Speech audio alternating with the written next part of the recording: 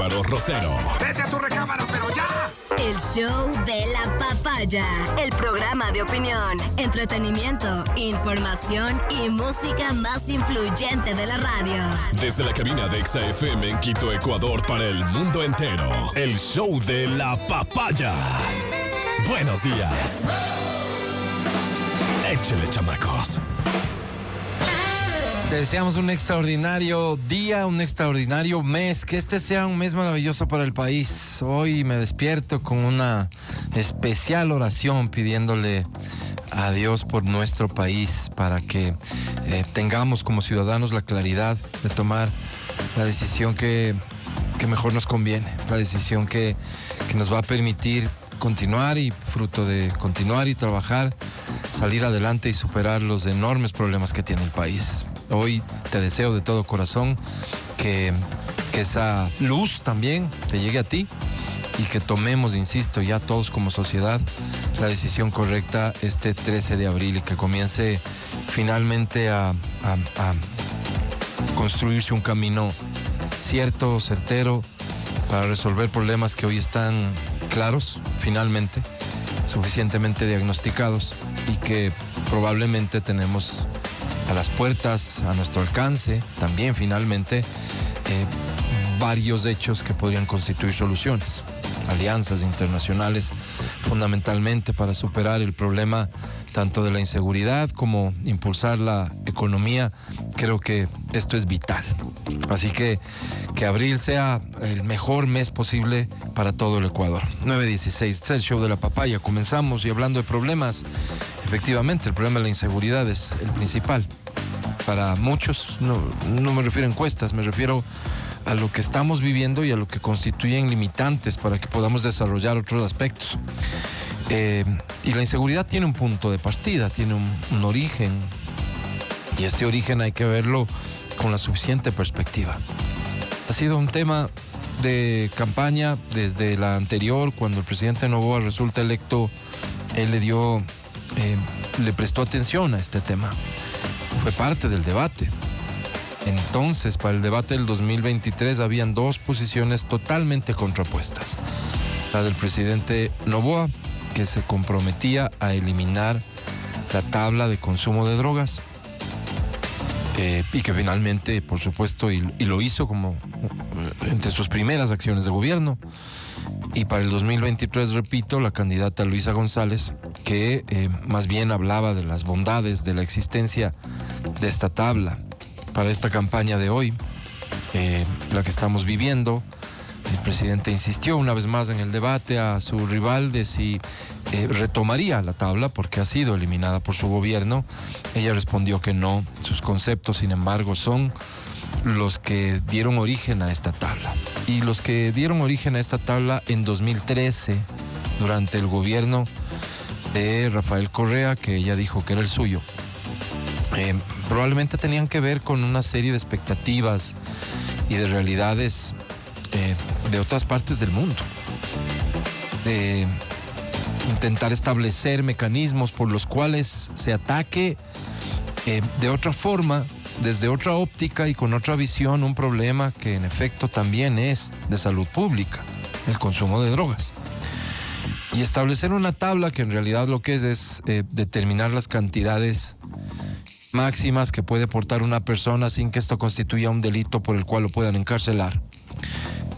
Intentaba, con esta lógica, básicamente distinguir entre quienes se dedicaban a comercializar la droga o a quienes la consumían, entendiendo a las personas que consumían por personas que estaban atravesando un problema de salud. Desde esta lógica se aplicó una tabla. 2013. En el año 2013, y seguramente para entonces, ninguna claridad teníamos los ecuatorianos de lo que ya estaba sucediendo, de lo que pasaba en los cordones fronterizos, de cuál era mismo el rol que el país estaba cumpliendo en este contexto internacional, de lo que constituye el tráfico de drogas. No estábamos, los ciudadanos al menos, no estábamos en lo absoluto conscientes de eso y veíamos la sociedad como una sociedad más bien sana, nuestro paraíso, nuestra isla de paz.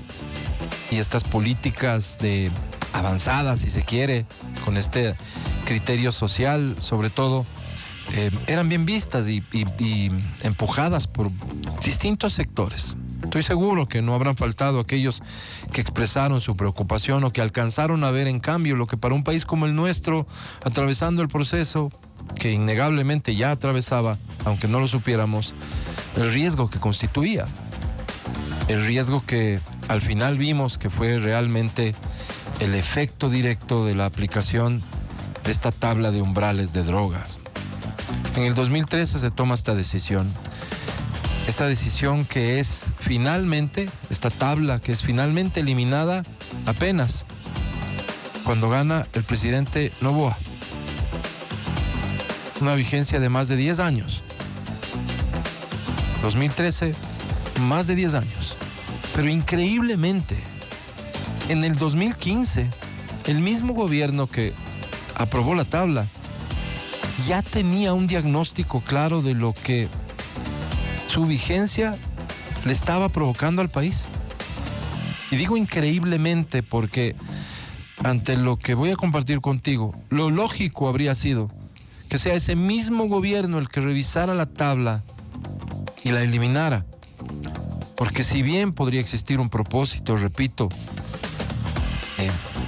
loable en cuanto a que un país con los suficientes mecanismos para controlar el microtráfico, con una justicia que ejerza como tal, que no estuviera atravesando el problema que atravesaba ya para entonces el Ecuador, insisto, pues bien vista la tabla. Vamos a topar y a tratar este tema como un problema de salud pública.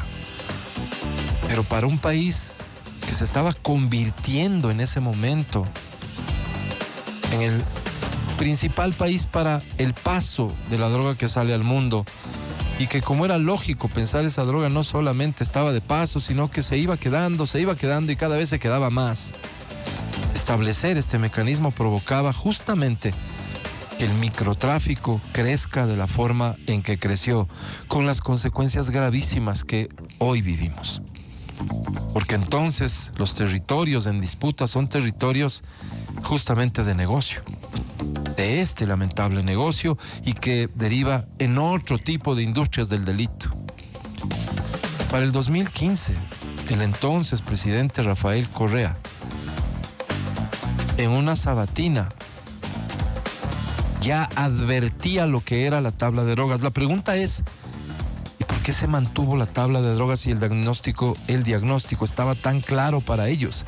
Si encima salía en su sabatina a exhibir la molestia, reconociendo lo que estaba sucediendo. Presten atención a esto, por favor. Si el microtráfico es de 0 a 10, dime alguna cifra para el H. 0 a 1 gramo, ¿no? De 0 a 1 gramo. Pero resulta que la dosis del H, que crea adicción y puede ser mortal, es 0,1. Entonces 1 gramo son 10 porciones de H. Ese tipo puede tener tan solo una sanción de 2 meses y máximo 6 meses, de acuerdo al Código Penal. Ya vamos a ver. Entonces, si ese tipo que está vendiendo droga a nuestros jóvenes sabe que solo se puede ir 2 meses a la cárcel, va a seguir vendiendo. Pero no solo eso, compañero. Como para delitos de menos de 1 año de prisión no hay prisión preventiva, a ese microtraficante que se lo agarra con 1 gramo de heroína, que significa 10 porciones a 10 chicos que pueden envenenar con heroína, ¿ya? No se lo puede llevar preso. Se le tiene que decir, venga a la audiencia, y nunca viene. Y el juicio prescribe en 6 meses, porque es el máximo tiempo de prisión. Y todo quedó en impunidad. En otras palabras, no estamos metiendo presos a los microtraficantes por el humanismo, porque somos entonces democráticos, porque no hay que criminalizar la pobreza, en los mismos lugares comunes de siempre. Y lo que está pasando es que se está envenenando nuestra población. ¿Cómo entiendes que alguien que tenía tan claro el panorama de lo que ya estaba ocurriendo no haya tomado decisiones inmediatas respecto de eliminar esa tabla? ¿Cómo entiendes que los que vinieron después en su movimiento la defendían? Te repito, en el debate del 2023, y es un documento público que está ahí, me refiero por documento al video que vas a encontrar del debate, vas a escuchar a Luisa González defendiendo la tabla desde el concepto justamente de que está hecha para evitar que la gente que consume sea criminalizada y se vaya a la cárcel. Pero estos son los problemas que generaba. La H, para entonces, era de las drogas más adictivas. La tabla permitía que determinada cantidad la puedas portar sin que esto sea problema. De esa cantidad que establecía la tabla podrían salir 10 dosis, que era la dosis de consumo. Es decir, podría vender a 10 personas. Y si consideramos lo primero, es decir, la adictividad que tenía la heroína, entonces tenías en muy poco tiempo a una persona que no superaba el umbral por la famosa tabla, volviendo adictos a jóvenes ecuatorianos. ¿Cuánto de esto pasó?